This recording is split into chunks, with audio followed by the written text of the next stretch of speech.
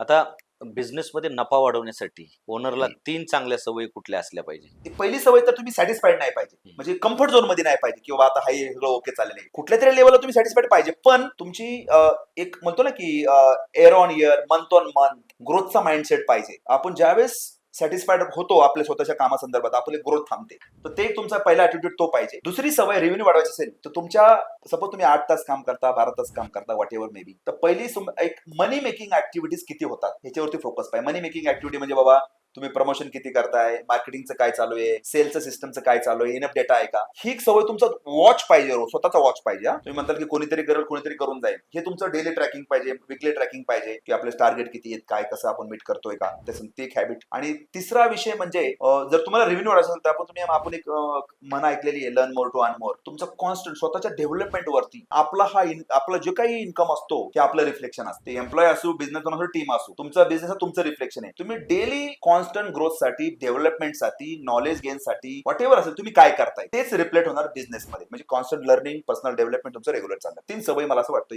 Important आहे.